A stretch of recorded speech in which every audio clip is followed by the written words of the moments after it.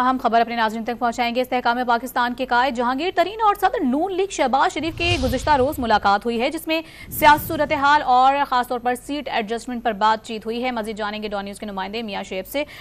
شعیب بتائے گا، مسلم لیگ نون کافی متحرک نظر آ رہی ہے، سیاسی جوڑ توڑ کا سلسلہ جاری ہے، اس ملاقات کا احوال بتائیے۔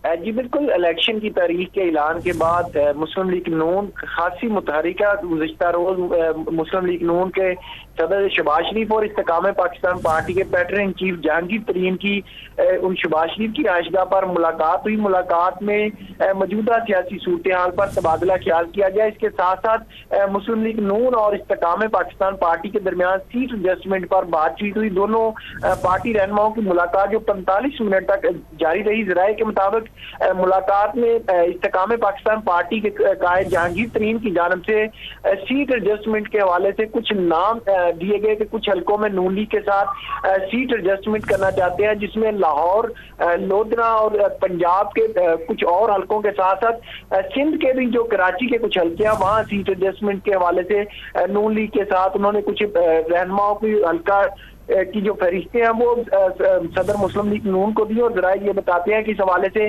شہباز شریف کی جانب سے یہ کہا گیا کہ پارٹی میں مشاورت کے بعد آپ کو سیٹ ایڈجسٹمنٹ کے حوالے سے آگاہ کیا جائے گا۔ جی ملاقات میں سیاسی صورتحال اور سیٹ ایڈجسٹمنٹ پر تبادلہ خیال کیا گیا اور اس پر جو ناموں کی فہرست ہے وہ بھی ان کو دی گئی۔